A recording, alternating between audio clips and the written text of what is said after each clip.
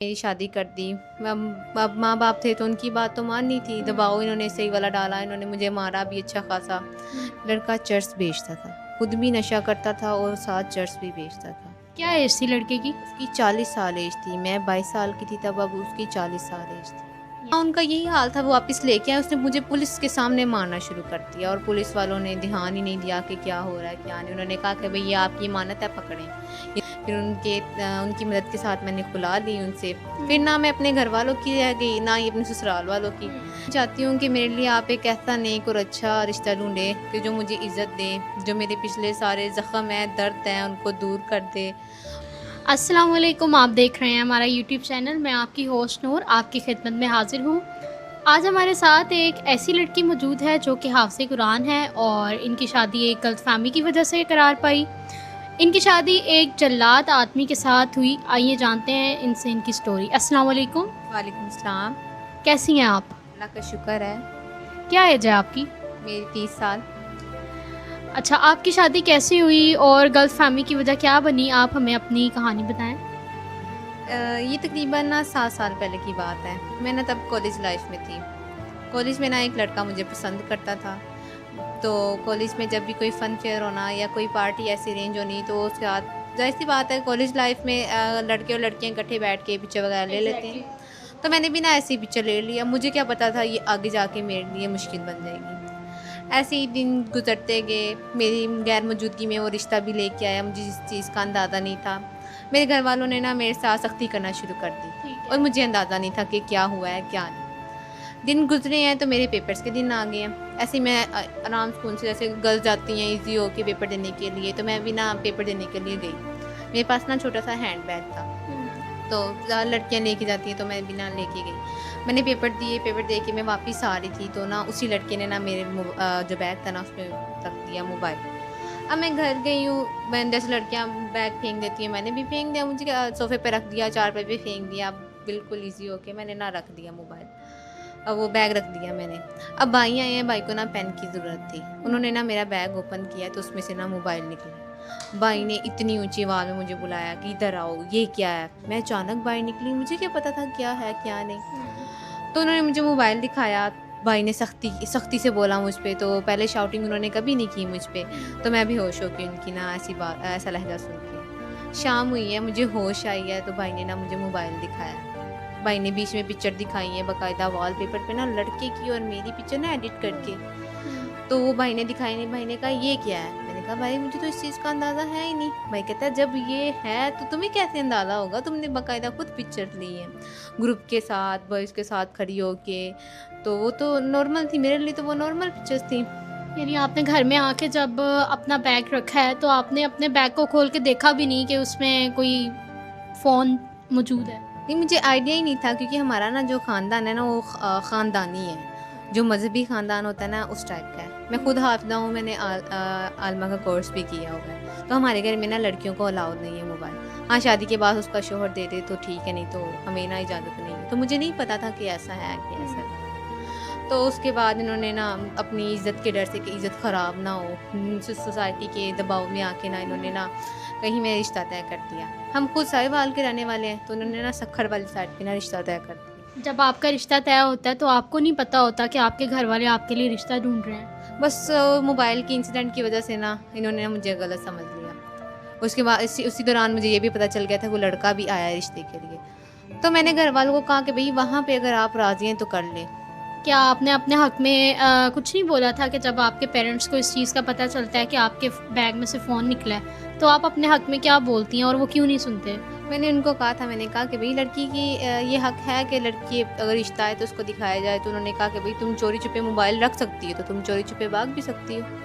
तो इस वजह से उन्होंने मेरी कोई बात नहीं सुनी। ठीक है, आपका रिश्ता फिर जहाँ पे वो देख रहे होते हैं फिर वहाँ पे आपका रिश्ता हो जाता है? जी, वहाँ पे रिश्ता हो गया क्योंकि उन्होंने कहा कि भई हम बड़े हैं तो हम इस चीज़ को ना कैरी करेंगे।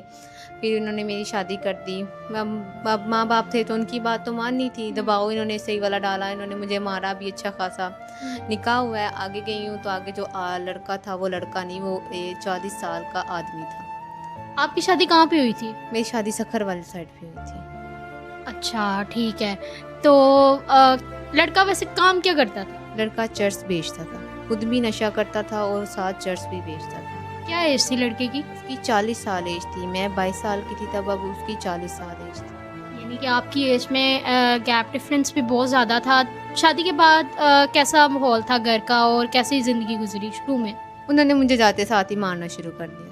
मुझे उन्होंने इतना मारना, इतना, मेरी गलती भी ना होनी तो उन्होंने मुझे मारना, सुबह शाम दोपहर, चाय में चीनी ज़्यादा हो जानी तो मारना है, खाना अच्छा नहीं बना तो उन्होंने मुझे मारना शुरू कर देना है, मेरे सर पे दुपट्टा नहीं तो उन्होंने मारना है। वो मुझे मारते रहे हैं, 1 साल तक तो मैंने बर्दाश्त किया। मैं दोबारा अपने घर वालों के पास आई हूँ कि भाई वो मेरी कुछ मदद करेंगे, लेकिन जो वो मोबाइल का इंसिडेंट हुआ था तो उन्हें लगा कि मैं ही गलत हूँ, मैं ही वहाँ पे नहीं रहना चाह रही, मुझे पीछे की याद आ रही है तो मैं पीछे ही जाऊँगी, आगे नहीं जाऊँगी। उन्होंने मेरे आगे हाथ जोड़े कि ये हाथ जुड़े हुए देखें और तुम यहाँ से चली जाओ, हमें अपनी इज्जत बड़ी प्यारी है। आप जब अपने पेरेंट्स के घर आती हैं तो वो आपको दोबारा भेज देते हैं, तो फिर दोबारा भेजने के बाद आपके घर में से कोई लड़के की फैमिली से बात करता है? नहीं, कोई भी नहीं करता। उन्होंने अपने साथ जीना मरना ख़त्म कर दिया था मेरा।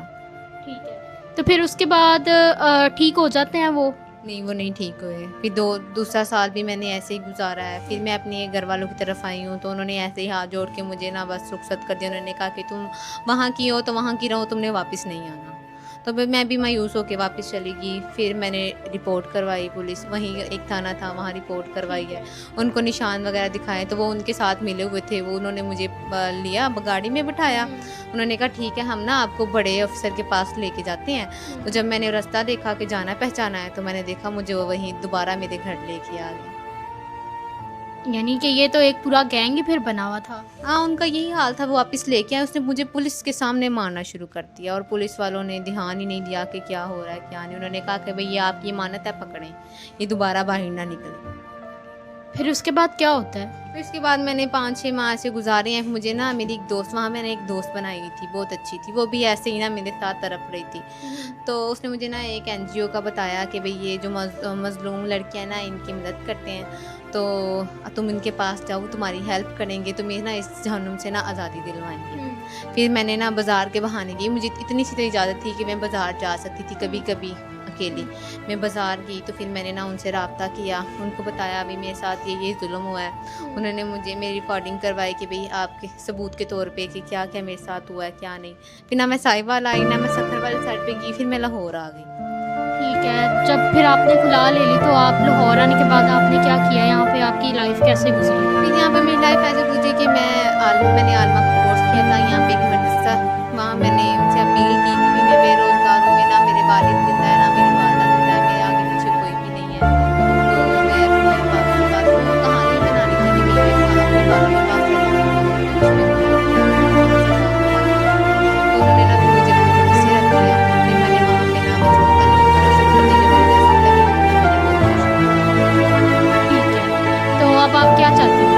मैं ये चाहती हूँ कि मेरे लिए आप एक ऐसा नेक और अच्छा रिश्ता ढूंढें जो मुझे इज़्ज़त दे, जो मेरे पिछले सारे ज़ख्म हैं, दर्द हैं, उनको दूर कर दे और इज़्ज़त के साथ रखे, मुझे पुरानी किसी किस्म की बात या याद करते रखें। अच्छा, आप हमें ये बताएं कि आपको एज का कोई मसला हो, अगर हम आपके लिए कोई रिश्ता ढूंढें, एज का मसला या फिर कोई फाइनेंशियल आपका स्पेसिफिक कोई डिमांड हो तो आप हमें बताएं। नहीं, नहीं, मेरी कोई डिमांड नहीं है। अगर पहले शादीशुदा भी है ना तो उससे कोई मसला नहीं है, तो आप करवा सकते हो। एज के अभी कोई एज के हिसाब से जैसा कि नाज़रीन आपने देखा, हमारे साथ एक लड़की मौजूद थी जो कि हाफ़िज़ कुरान थी और इनकी शादी की बजाय एक गर्लफ्रेंड भी बनती है। अब ये हमारे पास आई हैं रिश्ते के लिए। अगर कोई इनसे रिश्ता करना चाहता है, स्क्रीन पे जो नंबर दिया जा रहा है आप उस पर कॉन्टैक्ट कीजिएगा। अल्लाह हाफ़िज़।